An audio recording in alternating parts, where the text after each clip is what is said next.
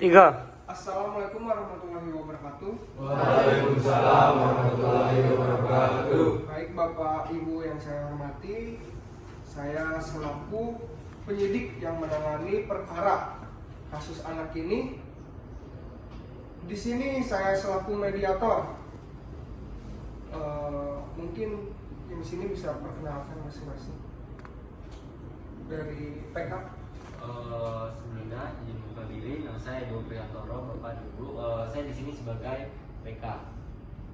Nah, izin Bapak dan Ibu memperkenalkan diri, saya Novan Fatul Fauzi sebagai PK. Izin memperkenalkan diri, saya Hidayatullah, saya di sini sebagai anak pelaku satu. Izin perkenalkan diri, saya Francisco Gabriel sebagai anak pelaku 2.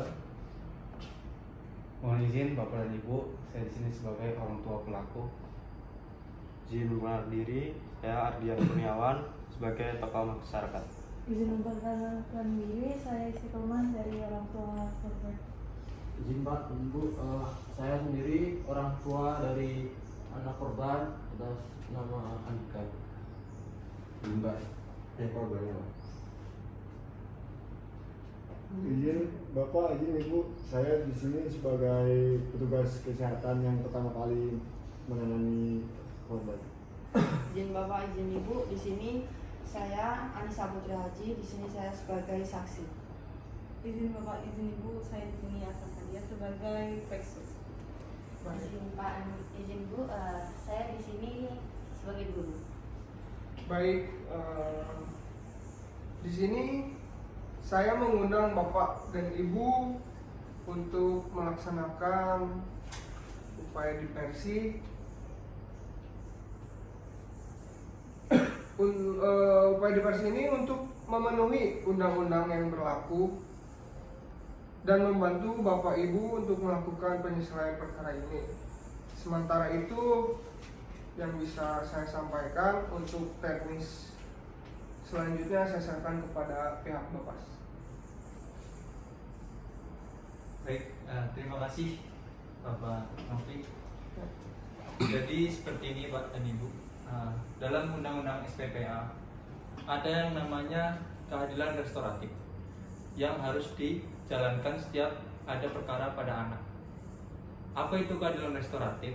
Keadilan restoratif adalah penyelesaian perkara pidana yang melibatkan baik itu pelaku, korban, keluarga pelaku, keluarga korban, atau pihak-pihak terkait yang mengutamakan pemulihan dan mewujudkan keadilan, bukan pembalasan. Wujud dari keadilan restoratif itu adalah diupayakan diversi bagi anak. Apa sih diversi itu? Diversi adalah pengalihan penyelesaian pidana anak yang tadinya melalui peradilan jadi di luar proses peradilan. Nah, syarat-syarat diversi yang pertama, bentuk pidana ancamannya tidak lebih dari 7 tahun dan bukan merupakan tindakan pengulangan. Itu. Baik, Bapak atau Ibu, melanjutkan dari apa yang telah disampaikan oleh Bapak Novan, saya ingin memberikan hasil rekomendasi dari Litmas terhadap anak pelaku. Berdasarkan rekomendasi ini, anak pelaku dapat diupayakan diversi. Mengingat ada beberapa hal yang dapat disampaikan. Yang pertama, anak pelaku baru pertama kali melakukan tindak pidana. Yang kedua, anak pelaku ini mendapat tuntutan atau hukuman di bawah dari 7 tahun. Yang ketiga, anak pelaku juga bukan merupakan pelaku tindak pidana residivis, sehingga upaya dari diversi ini dapat diupayakan untuk diversi. Mengingat dari itu, sebelumnya karena kita semua sudah ada di sini untuk upaya diversi, saya ingin menanyakan kepada Peksos mengenai bagaimana sih perilaku atas anak pelaku maupun korban. Ya, baik. Terima kasih atas kesempatannya. Sebelumnya saya di sini akan menyampaikan perilaku sosial anak korban di lingkungan masyarakat. Anak korban itu sebelumnya merupakan anak yang periang, ceria, dan mudah bergaul dengan masyarakat sekitar. Tetapi dengan adanya kejadian ini, anak korban menjadi pendiam. Anak korban selalu murung di dalam rumah, bahkan untuk keluar rumah pun dia memiliki trauma tersendiri. Seperti itu. Terima kasih. Baik, terima kasih untuk Peksos. Saya beralih ke orang tua karena orang tua merupakan tempat terbaik bagi anak untuk mengutarakan isi hati maupun permasalahan yang ada. Silakan Bapak.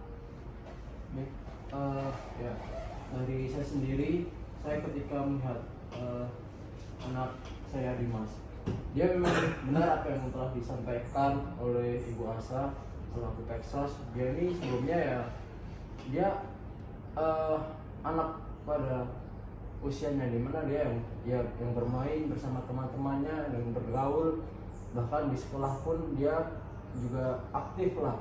Tapi ketika dia ya melalui peristiwa menjadi korban pengeroyokan yang mengakibatkan dia saja mau keluar rumah itu takut karena apa? Ya takut ketika memang dia sewaktu-waktu dia di luar tiba-tiba dia bertemu dengan segerombolan orang di mana dia mungkin sempat mengingat peristiwa tersebut. Itu yang menyebabkan psikologisnya dia mungkin juga merasa terganggu. Bahkan dia pun setelah kejadian tersebut dia sampai nggak mau untuk bersekolah. Dia takut sama teman-temannya.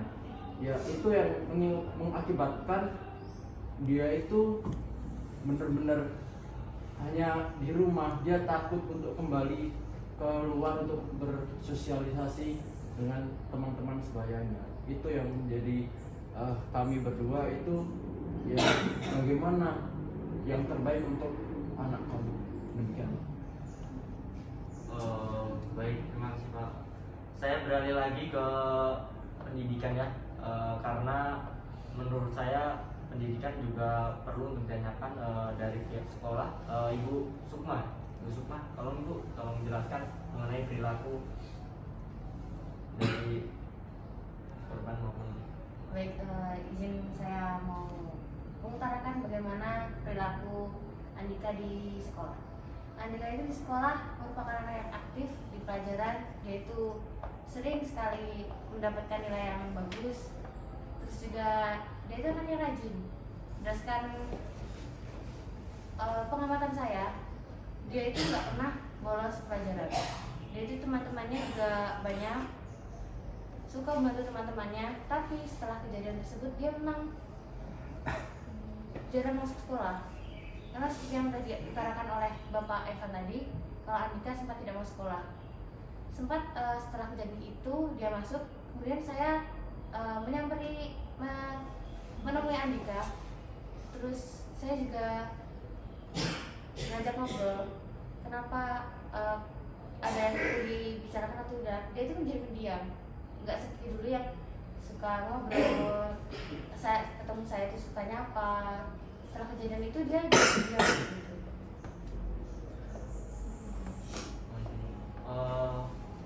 Saya lanjut ya ke Bapak Ardian selaku tokoh masyarakat. Bagaimana Pak perilaku dan keseharian dari anak pelaku mengenai kehidupan dia sehari-hari? Terima kasih Bapak. Itu waktunya saya mau mengutarakan kebiasaan pelaku di lingkungan masyarakat, berhubung mereka adik kakak. Jadi mereka jika pergi keluar sering bersamaan. Saya mendengar mereka suka bermain bersama sampai larut malam. Jadi di aktivitas masyarakat juga agak kurang Pak. Di lingkungan seperti Karang Taruna tidak ikut kumpul gitu Pak.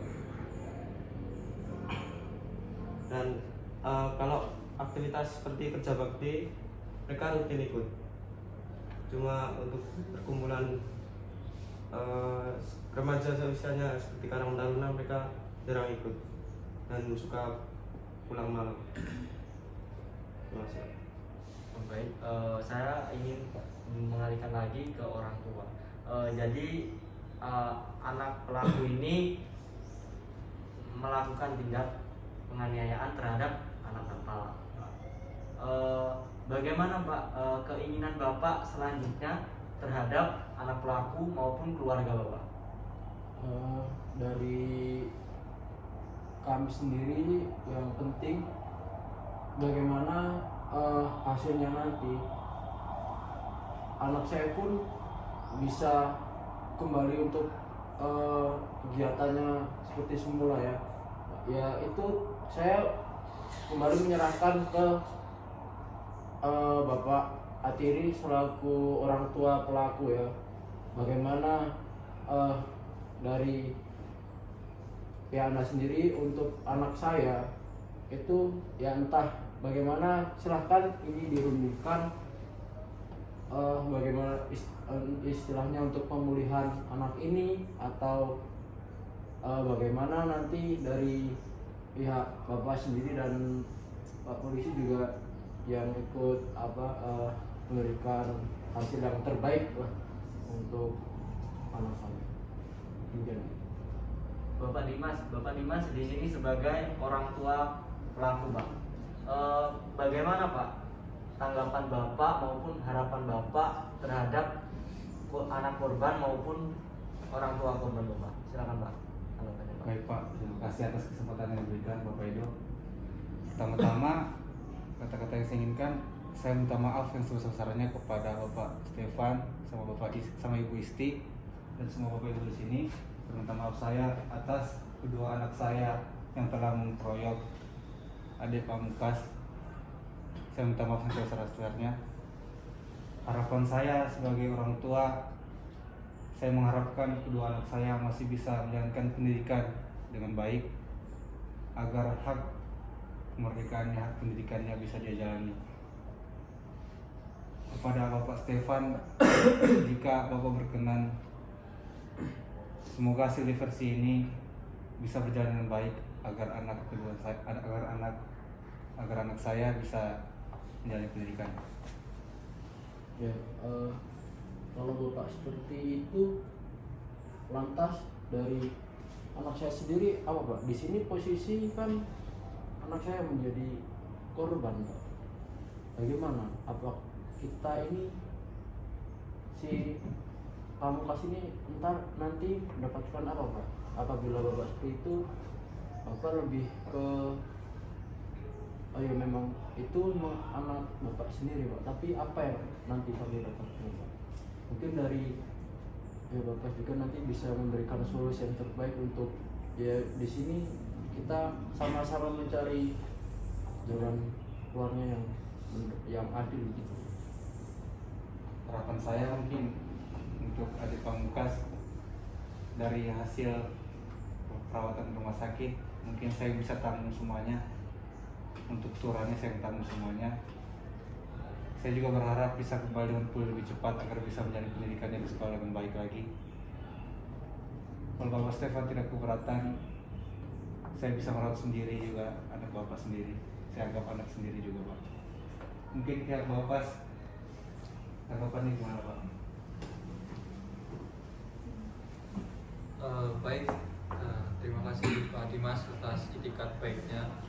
Di sini saya ingin mengingatkan kembali bahwa tujuan diversi ini adalah mencapai perdamaian antara korban dan pelaku, dan yang kedua melatih rasa tanggung jawab pada anak, dan yang ketiga menyelesaikan perkara ini di luar proses persidangan. Jadi seperti ini. Mengapa diversi itu diperlukan? Apabila pelaku nantinya di penjara, kita tentu masih mementingkan kepentingan terbaik bagi anak, di mana baik pelaku maupun korban sama-sama anak yang masih memiliki masa depan yang panjang, yang masih sama-sama kita perjuangkan.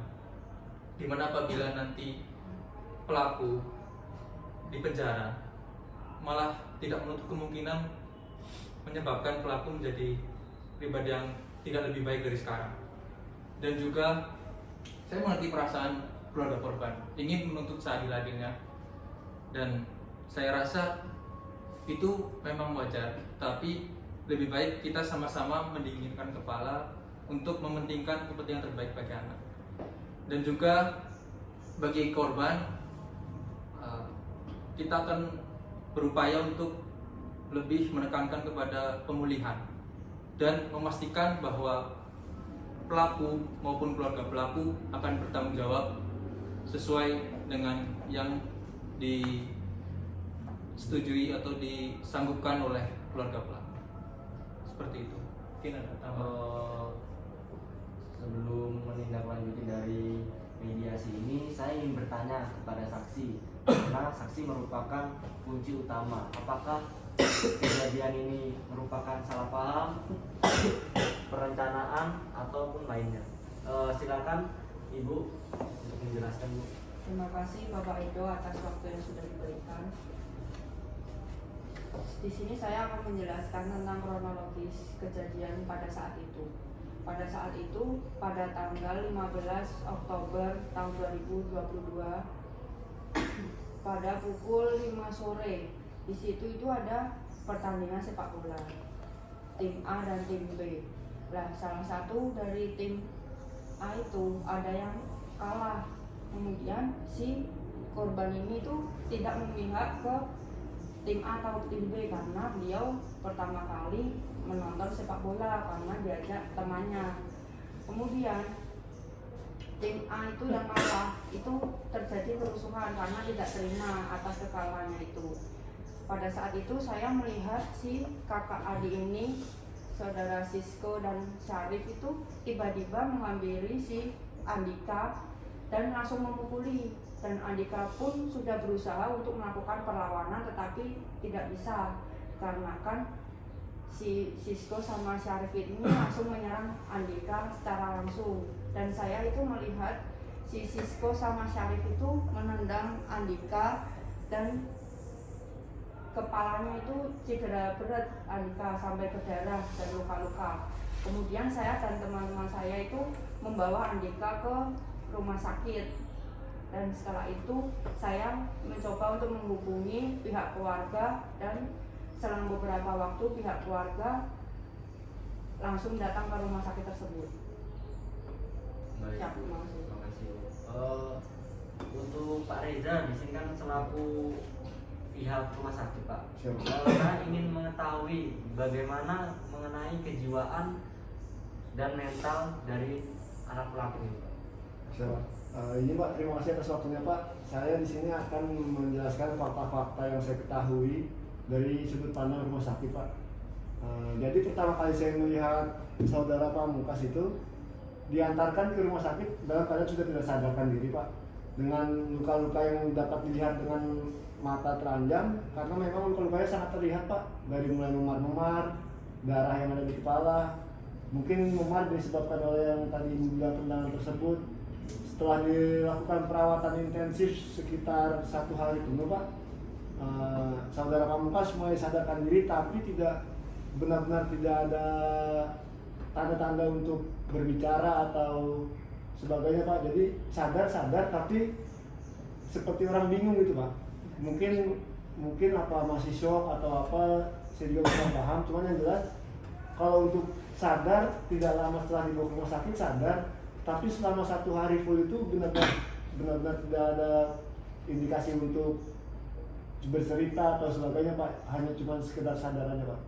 Terima kasih Pak. Baik, terima kasih Pak Reza. Di sini nih tadi saya sudah memberikan kesempatan kepada tokoh masyarakat, kepada pihak rumah sakit, kepada guru, kepada orang tua korban maupun orang tua pelaku, kepada tokoh masyarakat. Di sini tujuan diadakannya mediasi ini untuk diupayakannya diversi. Tujuannya bukan untuk membela anak pelaku maupun bukan membela anak korban, tetapi mementingkan tujuan bersama, yaitu tujuan anak. agar anak dapat menjalani pendidikan dan tidak terampas kemerdekaannya. Sudah dijelaskan juga pada saksi bahwa kasus penganiayaan ini terjadi bukan karena adanya perencanaan semata, melainkan adanya kesalahpahaman yang terjadi antara anak pelaku terhadap anak korban.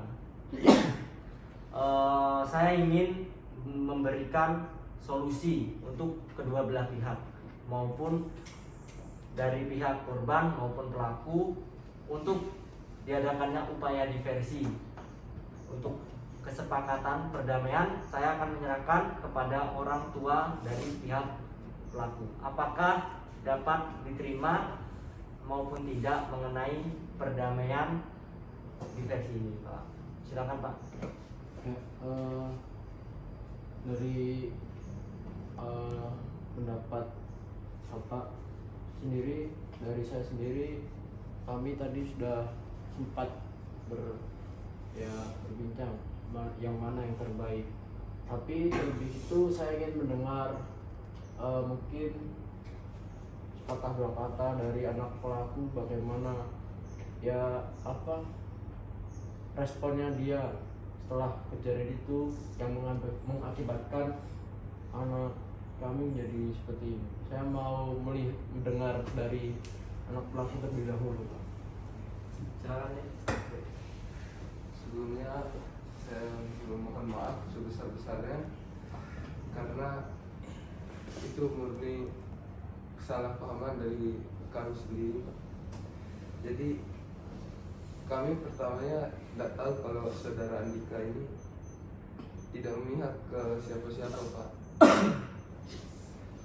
Kami pada awalnya itu kami menonton sepak bola dan saya mengajak adik saya untuk pergi nonton, Pak. Dan kebetulan tim kami kalah dan melihat saudara Andika senang gitu, Pak. Ternyata ya kami merasa direndahkan, Pak, kayak gimana gitu kan, tersurutlah emosi, Pak. Dan kebetulan ramai juga perkelahian, ya kami melihat Andika lewat dan langsung aja. Jadi kami mohon maaf sebesar-besarnya dan bersama adik saya kami mohon maaf, mungkin bisa dimaafkan ataupun diringankan, Pak, atas perbuatan yang telah.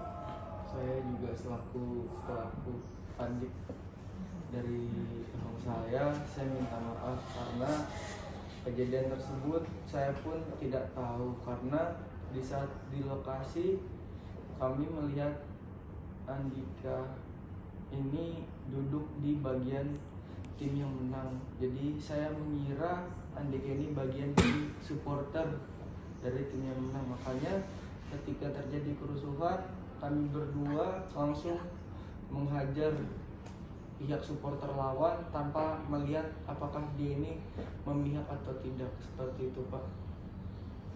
Jadi mohon maaf kepada anak saya, karena anak saya juga masih labil ya, masih ikut-ikutan sama orang-orang. Kalau bisa dimaafkan. Setelah kami berdiskusi, saya sebagai ibu dari Pamungkas tentunya merasa shock ketika anak kami mengalami luka-luka dari kejadian yang tidak disengaja tersebut. Kami menyadari kalau kejadian ini tentunya terjadi karena kesalahpahaman. Selanjutnya untuk apa yang telah ditawarkan oleh Pak Atiri mengenai penyembuhan untuk Andika sendiri dengan pemulihannya tidak hanya melalui fisiknya, namun juga perilaku dan sikapnya bisa kembali lagi ke keadaan semula, di mana dia menjadi anak yang kembali periang dan sehat kembali. Tentunya kami sebagai orang tua juga menerima permintaan maaf dari adik Francisco dan adik Syarif, juga Pak Atiri, akibat dari kejadian ini. Ada yang mau ditambahkan? Mungkin dari adik sendiri mau nyampein?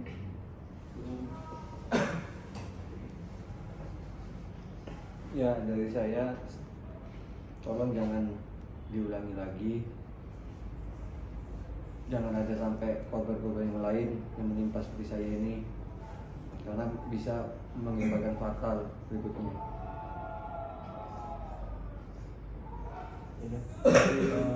Baik, jadi bagaimana untuk Bapak Ardian, Ibu Asa, Ibu Sukma selaku Peksos, tokoh masyarakat, bagaimana mengenai penyelesaian konflik ini? Setuju kan bila mana perdamaian ini diupayakan untuk diversi?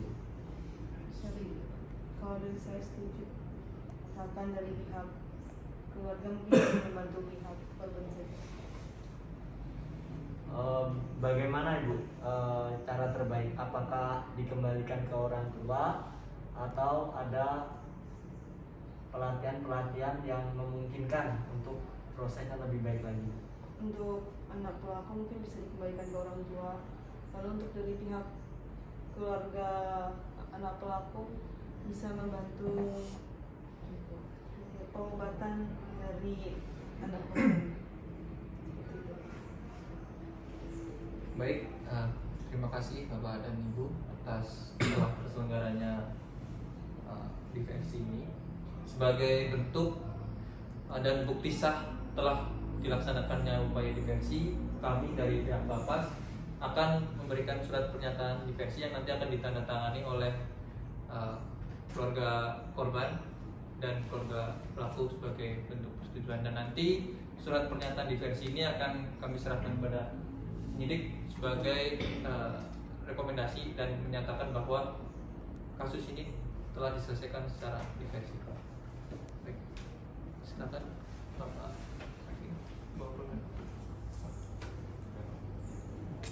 Di sebelah kanan.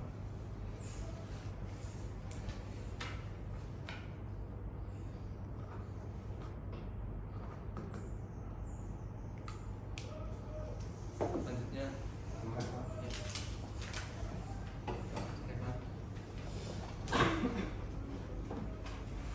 di sebelah kiri.